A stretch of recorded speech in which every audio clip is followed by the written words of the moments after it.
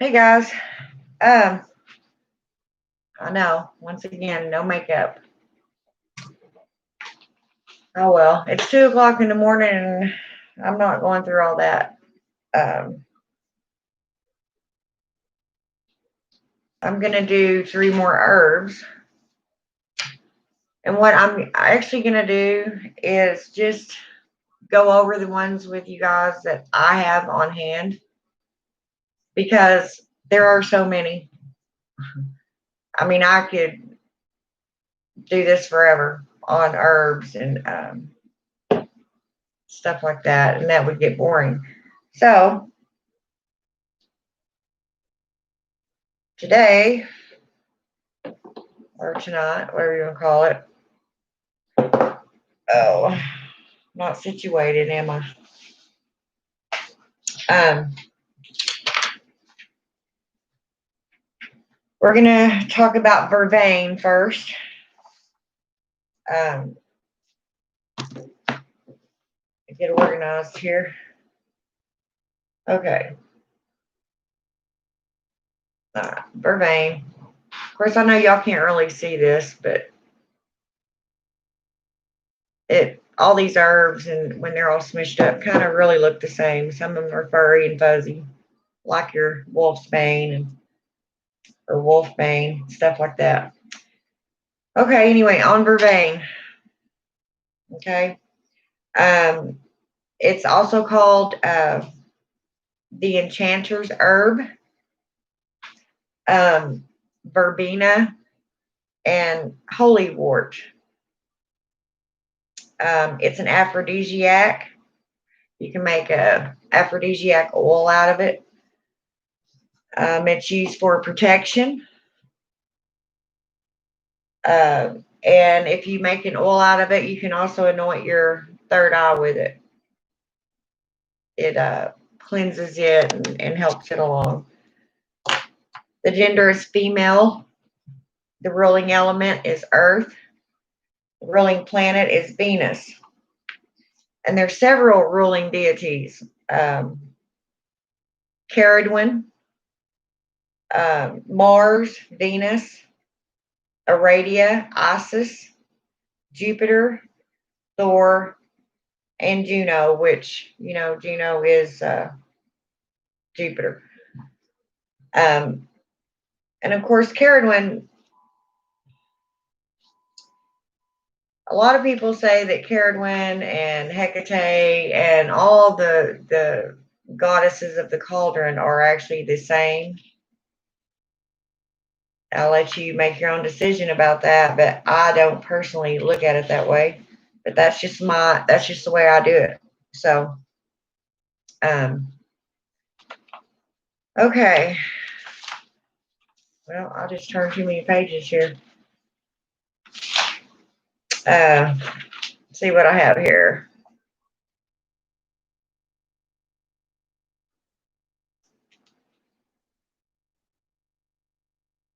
Yeah, that's just on the base oil, the oil, how to make the oil that I do. I don't know that I shown y'all how to do the oils yet. It's really pretty simple. You pretty much just take whichever carrier oil you want, which means either your jojoba oil or olive oil. I know those two are kind of expensive. Regular vegetable oil would work, you know, um, as long as it's some sort of oil. Of course, now some witches will tell you to use certain ones, and that's their opinion. It's neither here nor there with me, but okay. This is considered a wonder herb. It's mainly used for cleansing and consecrating, so you could make some into a bundle and cleanse your space. Um, it's used in love spells for protection, divination, inner power healing, sleep, purification. Uh, It's a conduit and like a direct magical energy source. And it also opens up your psychic abilities, hence, therefore, making an oil out of it and maybe anointing your third eye. The medicinal properties, it's a nervine. It's an antispasmodic, a sedative, hepatic, a diaphoretic, alertive, galactagogue, an aphrodisiac, an immunagogue, thymoleptic. I know y'all don't understand all these words, and I'm not about to sit here and break them all down. That would take way too long.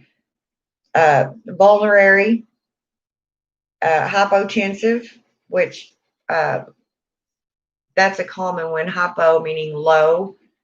It will lower blood pressure. Antibacterial, and it was used for fevers during autumn. I don't know why they specified autumn.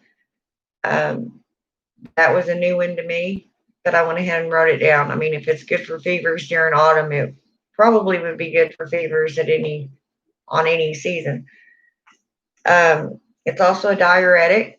It's been used for jaundice, gout, kidney stones, depression, anxiety, and of course, again, insomnia. Now,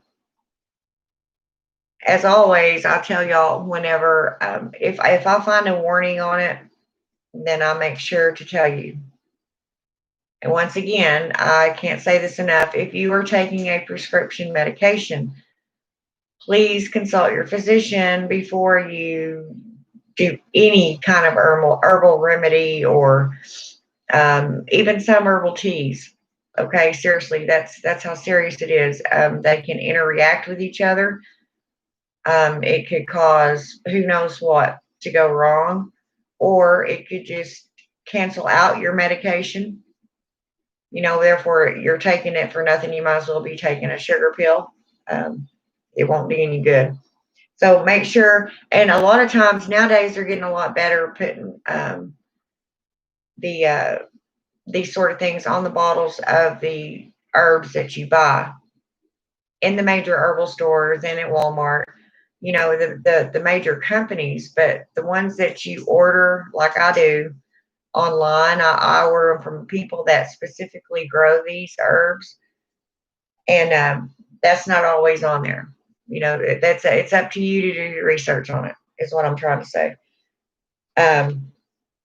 Now, Vervain taken in prolonged high doses, you take it for a long time in big doses, it could cause you to become toxic with it. And the essential oil may cause nerve damage and seizures. Okay, so now that's the essential oil. I don't know if I would just, to be safe, don't like if you make an oil out of that and you anoint your third eye, don't use it every day. You know, just like anything else, in moderation, because you don't know the long-term effects of this. And also, that brings me to a point that I always make. Also, research. No matter what I tell you, I may have missed something. I don't catch everything, so do your own research, and especially if you're on prescription medications before you start dealing with these herbs or ingesting them. Okay. All right. Now we're going to move on to violet leaf, which I'd show it to you, but like I said, they all just look the same when they're crushed up and in the jars. Of course, the folk name and the botany name, I guess you'd say, is they're pansies. The ruling element is water. The ruling planets are Venus and Pluto.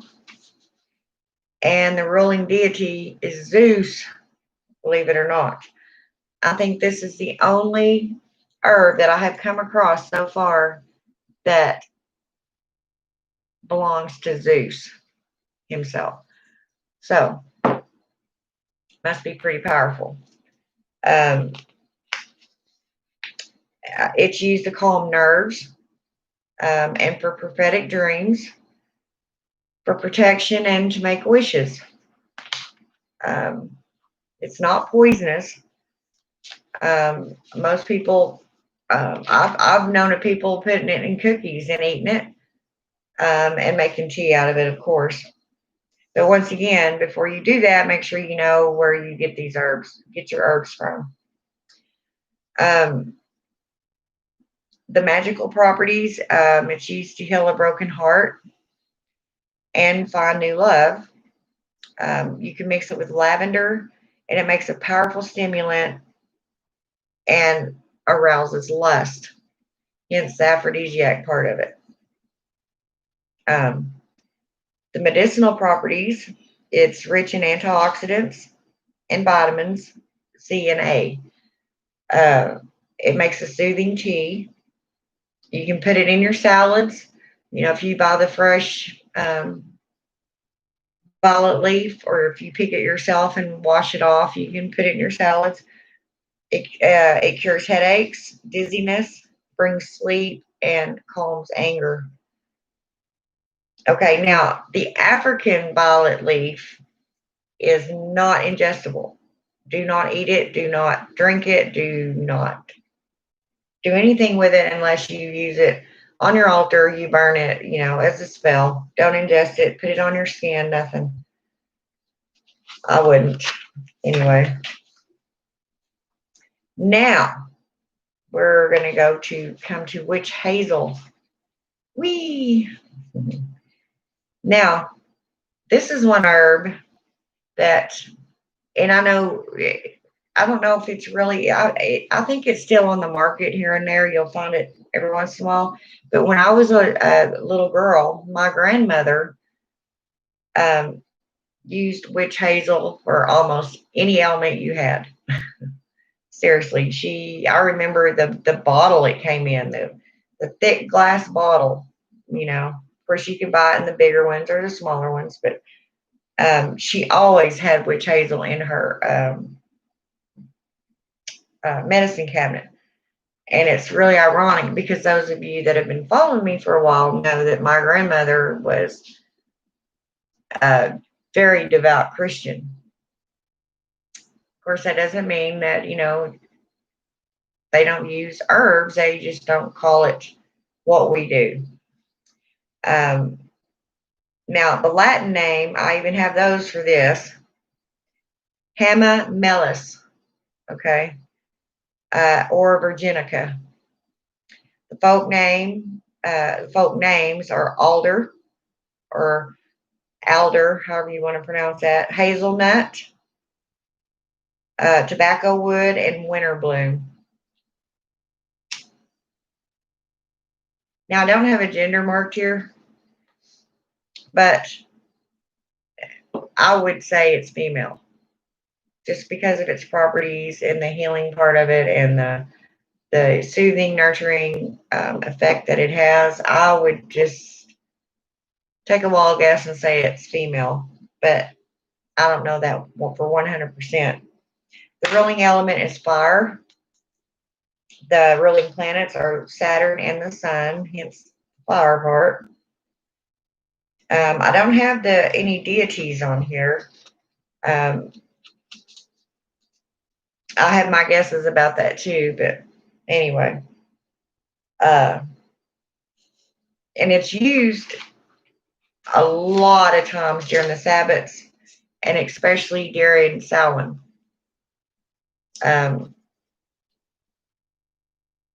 I don't know why that is, but that's just what I've always known, that it's really used a lot during those times.